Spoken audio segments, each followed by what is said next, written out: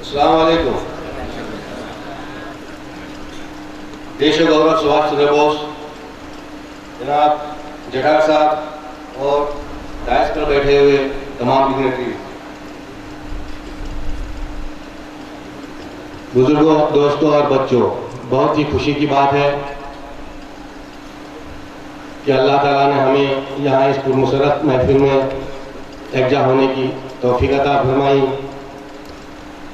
और खुशी का मौका है कि जनाब जठार साहब की और उनके एजुकेशन सोसाइटी के मसाइल जमीला से जहाँ पर जूनियर कॉलेज शुरू होने जा रहा है, मैं तमाम हजरात को जिन्होंने इसके लिए कोशिश की है मुबारकबाद देता हूँ। दरअसल वो ज़माना था, आज से 50 साल पहले का ज़माना, जब यहाँ पर तालीम सिर्फ 7वीं जमात तक थी। उसके आगे रास्ते मसदूद हो जाते थे। लड़कियों को तो पढ़ाने का सवाल ही नहीं पैदा होता था और जो गरीब बच्चे थे वो भी बाहर जाकर पढ़ नहीं सकते थे। उसमें अक्सरियत गरीबों की ही थी। बाहर जाता था अगर स्टूडेंट तो 7वीं पास करने के बाद कोई कोर्स करके या छोटा मोटा काम सीखकर काम में ही लग जाता था। लेकिन ईबीटी हाई स्कूल ने इस इलाके के दर्जे को बढ़ा दिया, एसएससी तक लाकर खड़ा किया। इस इलाके में जो तरक्की आप लोग देखते हो, इसका एक बहुत बड़ा श्रेय जाता है ईबीटी हाई स्कूल को। और ये तरक्कियाँ और ये जो माशी बेहतरी देखते हो, इसका एक बहुत बड़ा श्रेय जाता है ईबीटी हाई स्कूल को और ईबीटी हाई स्कूल के सरबराहान को, जिन्होंने इसको कायम किया। मैं सबको दिली मुबारकबाद देता हूँ। दरअसल अभी हमारे काबरी साहब ने कहा था कि बेटे की पैदाइश पर मिठाइयाँ बांटना छोड़ दो। जठार साहब ने भी उसको सराहा। तो जो स्त्री शक्ति है, स्त्री शक्ति की बात आए और सावित्रीबाई फुले की बात ना आए, एक नामुमकिन सी बात है। सावित्रीबाई फुले इल्म मैदान में काम करने वाले तमाम पेशेवरों की सरदार थी, मलिका थी। वो एक ऐसे दौर में उन्होंने आंखें खोली जब जहालत का अंधेरा सब तरफ फैला हुआ था। ये उनसे एक घराने की और एक कौम की जागीर बनी हुई थी। दलितों को, मुस्लिम मुफलिसों को, गरीबों को, अछूतों को तालीम में खौफ थी। ऐसी दौर में सावित्रीबाई फुले ने अलम बगावत बुलंद किया और जब उन्होंने तालीम की शमा को बुलंद किया तो समाज की आंखें खैरा हो गई। लोगों ने, पूरे समाज ने, सनातन धर्मियों ने, सबों ने उनका विरोध किया। लोग कहते अब ये आई है या अभी औरतों को चूल्हा चक्की छुड़ाकर पढ़ाने लगेगी, ये गरीबों को पढ़ाएगी, मुफलिसों को पढ़ाएगी, मुस्लिमों को पढ़ाएगी या अछूतों को पढ़ाएगी।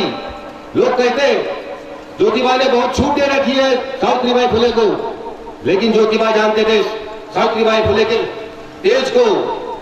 ऐसी तेजस्वी थी वो, ऐसी महान औरत थी कि उसके तेज से सारा महाराष्ट्र इल्म की रोशनी में जगमगा उठा।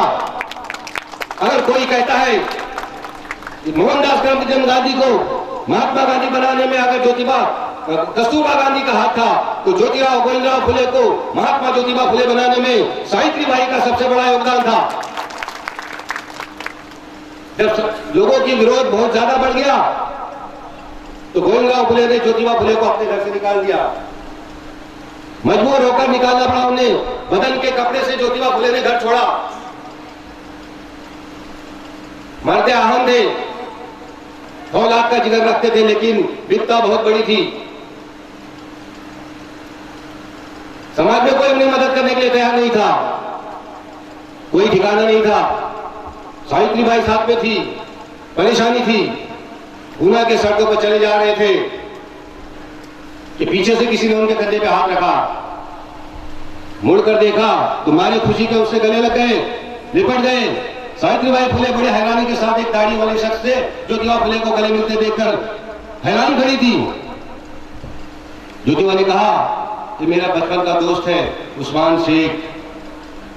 उस्मान जब ज्योतिबा फुले और सावित्रीबाई फुले को अपने घर ले आए तब मालूम हुआ कि ज्योतिबा तो घर बार छोड़ के आए हुए हैं। उस्मान शेख ने कहा मेरा गंजपेट में मकान पड़ा हुआ है, तुम उसमें रहो। उस्मान शेख ने उनके लिए तमाम बर्तन का इंतजाम किया, कपड़ों और लत्तों का वगैरह इंतजाम किया और ज्योतिबा का संसार वहां बसा दिया। मगर सावित्रीबाई फुले समाज कार्य के बगैर रह नहीं सकती थी। स्कूल तो उनकी सांसों में बसी हुई थी। तालीम उनकी रूह का एक हिस्सा थी। जब उन्होंने स्कूल शुरू करने की बात की तो उस्मान शेख ने कहा, तुम मेरे वाड़े में एक हिस्सा खाली कर देता हूं। उन्होंने अपने वाड़े का एक हिस्सा खाली कर दिया और सावित्रीबाई फुले से कहा, वही आप यहाँ पर अपने स्कूल शुरू करो। और यही नहीं, अपनी बहन फातिमा शेख को लाकर उनके हवाले किया और कहा, वही ये आपकी पहली विद्यार्थिनी होगी। मई 1848 सावित्रीबाई फुले ने उस्मान शेख के मकान में प्रौढ़ांशी शाला के नाम से एक स्कूल शुरू किया। सावित्रीबाई फुले ने सिर्फ सिखाने पर जोर नहीं दिया। फातिमा शेख के बाद बहुत सी मुस्लिम लड़कियां आई, अछूत लड़कियां आई, दलित लड़कियां आई, गरीब लड़कियां आई। सावित्रीबाई फुले ने टीचर्स की एक फौज तैयार की, जिन्होंने महाराष्ट्र के कोने कोने में जाकर पूरे महाराष्ट्र को इल्म की रोशनी में जगमगा दिया। जहालत के गंगोर अंधेरों में सावित्रीबाई ने इल्म की शमा को उमड़ते हुए तूफानों में, दौड़ती आती की आंधियों में भी इल्म की शमा को अपने मुकद्दस आंचल से, अपने पवित्र आंचल से बचाए रखा, बुझने नहीं किया उसको। सावित्रीबाई की फुले की कुर्बानियों को जितना याद किया जाए कम है। आज इस मुकद्दस अवसर पर हम उनकी महानता को, उनकी कुर्बानियों को सलाम करते हैं और उनको तहे दिल से याद करते हैं। क्यों बताया मैंने सावित्रीबाई की कहानी को? क्योंकि उनकी ही रविश पर चलने वाले,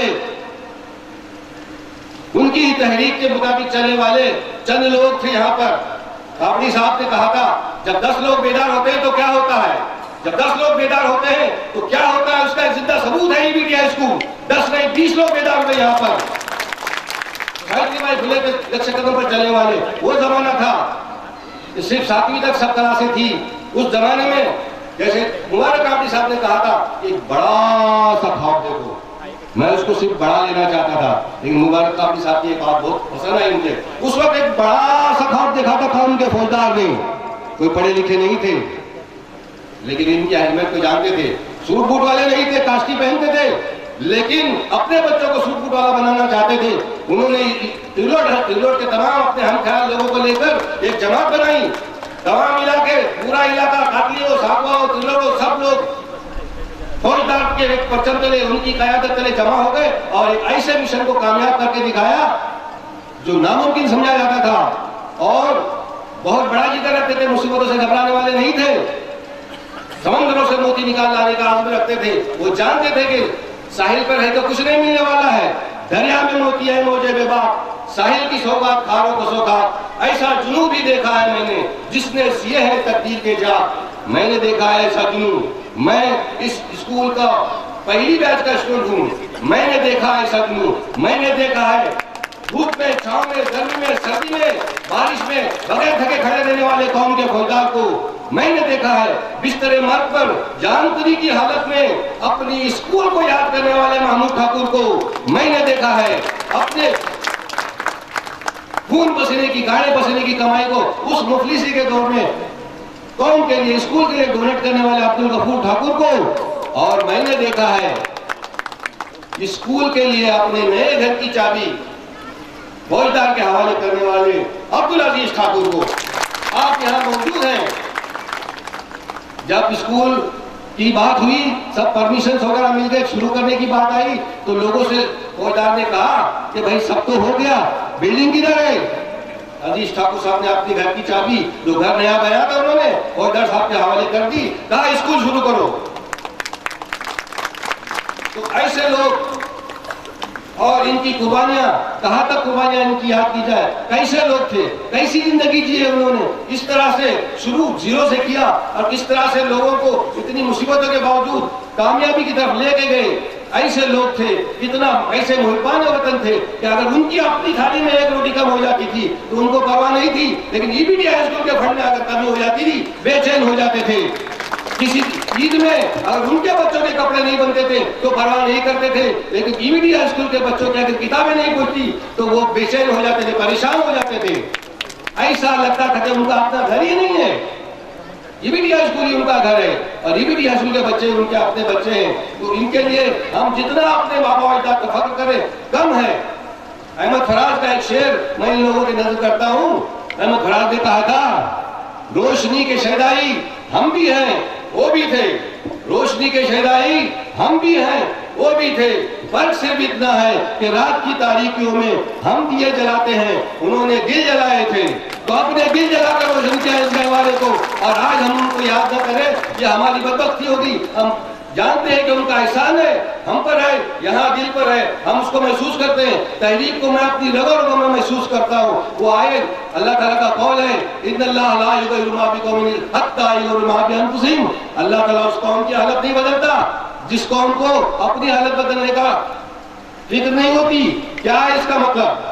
अल्लाह ताला तो तकदीरों को लिखने वाला है। हर तकदीर को, हर बंदे की तकदीर अल्लाह लिखता है, कौमों की तकदीर अल्लाह लिखता है। अल्लाह जानता है कि कब उस कौम का उरूज है, अल्लाह जानता है कि कब वो सवाल पजीर होने वाली है, अल्लाह जानता है हर चीज को। तो अल्लाह ने पैदा किया एक खास इलाके में, एक खास जमाने में, इन तमाम हस्तियों को अपनी कुदरत कामिला से पैदा किया और उन्होंने मिलकर इस मिशन को कामयाब किया। वो अल्लाह आए, मुझे तो खाड़ी के आसमान दुनिया पर निस्फुल निहार पर आफताब की तरह चमके, पूरी खाड़ी को मुनव्वर कर दिया और फिर दूर उफक पर गुरूब हो गए। आज देखता हूँ, कल तक की बात है, मैं देखता था उनको, आज देखता हूँ आसमान खाली नजर आता है। लेकिन मैं नहीं है ना उम्मीद इकबाल अपने कश्ते वीरा से, जरा नम हो तो ये मिट्टी बहुत जरखेज है साकी। मैं भी ना उम्मीद नहीं हूं, मैं उफक पर उभरने वाले, दूर उभरने वाले सितारों को देखता हूं। मैं देखता हूं मोहम्मद ठाकुर को, मैं देखता हूं आकिब ठाकुर को, मैं देखता हूं एजाज ठाकुर को और हजारों नौजवानों ने त्रिलोक को, और उम्मीद करता हूं कि ये लोग एक दिन इसी तरह से चमकेंगे और आज नजर वाले सितारे कल माता बनकर चमकेंगे, अपनी कौम को इल्मी की रोशनी में नहला देंगे। और जो काम हमारे बुजुर्गों ने किया है कि उसकी बुनियादों पर आज दूसरी मंजिल तामीर करने जा रहे हैं, तो इसकी बुनियादों को भी और मजबूत करेंगे, दूसरी मंजिल को भी और मजबूत करेंगे, तो ऐसा मजबूत करेंगे कि आने वाली नस्लें इस पर एक दो नहीं दर्जनों अगर मंजिलें चढ़ा सके तब भी इसका पाया हिलना नहीं चाहिए। ऐसी उम्मीद करता हूँ और इनके लिए दुआ को करता हूँ। और उसके साथ ही सब चीजों पे बात हो, और सब ने बात भी की, लेकिन एक इनके पे बात ना हो, ये अच्छी बात नहीं है। जो सबसे बड़ी बात है कि जिस तरह से सब लोगों ने मेहनत की, उसी तरह से एक तबका है जिसने यहाँ पर अपना खून पसीना लगाया है, और वो है असातिज़ा का तबका। सबसे पहले जब स्कूल शुरू हुई तो मैं सबसे पहले अपना दुआएं देना चाहता हूँ सदाकत हुसैन सिद्दीकी को, जो कि इस स्कूल के पहली बैच के पहले टीचर थे। जिस तरह से सावित्रीबाई फुले ने एक फातिमा बी के सहारे स्कूल शुरू किया, उसी तरह से यूनिटी एजुकेशन सोसाइटी ने, फौजदार साहब ने एक टीचर के सहारे स्कूल शुरू किया था, और उसका नाम था सदाकत हुसैन सिद्दीकी। अल्लाह की रहमत को पहुंच गए, दुआ करो अल्लाह उनको जन्नत नसीब करे। उसके बाद मुश्ताक साहब और उनकी टीम और तमाम पहली बैच से आज तक काम करने वाले तमाम असातिज़ा, मैं अपनी तरफ से पहली बैच से आज तक काम आने वाले तमाम स्टूडेंट्स की तरफ से, तमाम तिलों वालों की तरफ से और इलाके के तमाम गाँव वालों की तरफ से तमाम असातिज़ा का शुक्रगुजार हूँ कि उन्होंने इस स्कूल को सिर्फ नौकरी का काम नहीं समझा, बल्कि इस स्कूल को अपना दीन समझा, अपना मकसद समझा, और अपने 20 के बच्चों को अपना बच्चा समझ के पढ़ा है। तुम लोगों का एहसान है, महसूस करता हूँ मैं तुम लोगों के एहसान को, और तुम्हारे एहसान की कदर करते हैं, हम तुम्हारा शुक्रिया अदा करते हैं। आखिर में जो लोग इस हाई स्कूल के सरबराहान में साथ जिंदा है, मैं सबके लिए दुआ करता हूँ अल्लाह उनको शिफाए का मतलब अल्लाह उनकी उम्र दराज करे, उनको तंदुरुस्ती अता करे, और जब तक ये खुशखुरम रहे। आप जो अल्लाह की रहमतों को पहुँचते हैं, अल्लाह उनकी कब्रों को नूर से भर दे, उनकी बार बार मग़फ़िरत करे और उनको जन्नतुल फिरदौस में जगह दे। और नई क़यादत के लिए दुआ करूँगा अल्लाह इनको उन्हें तौफ़ीक़ दे, इनके हाथों में, इनके दिल में, इनके पाँव में, उनके खून में, उनके दिमाग में, हर चीज़ में बरकत अता करे। और ये लोग जिस चीज़ को हाथ लगाएं उसमें कामयाबी हो। दरअसल 1969 में जो जलसा हुआ था, उसमें FM काजी साहब ने नज़म लिखी थी, काफ़ी सराहा गया था उसको नौजवानों ने त्रिलोक। आज फिर वैसा ही मौका है, आगे एजाज एक नई मुहिम शुरू करने जा रहे हैं, तो एक नया कदम लेके चलते हैं। कमर फिर से कस लो जवाना त्रिलोक, फिर से कस लो जवानान तिरलोट, अलम फिर उठा लो जवानान तिरलोट, अलम फिर उठा लो जवानान तिरलोट। लो पीछे तुम्हारे हम सब चल रहे हैं, लो पीछे तुम्हारे हम सब चल रहे हैं, तो आगे बढ़ो तुम जवानान तिरलोट, तो आगे बढ़ो तुम जवानान तिरलोट। सितारों से आगे जहां और भी है, सितारों से आगे जहां और भी है, वहां तक है जाना जवानान तिरलोट, वहां तक है जाना जवानान तिरलोट। यानत हमारी हमेशा रहेगी, यानत हमारी हमेशा रहेगी, क़यादत तुम्हारी जवान तिरलोट, क़यादत तुम्हारी जवानान तिरलोट। ज़माना तुम्हें गौर से तक रहा है, ज़माना तुम्हें गौर से तक रहा है, तो कुछ कर दिखाना जवानान तिरलोट, तो कुछ कर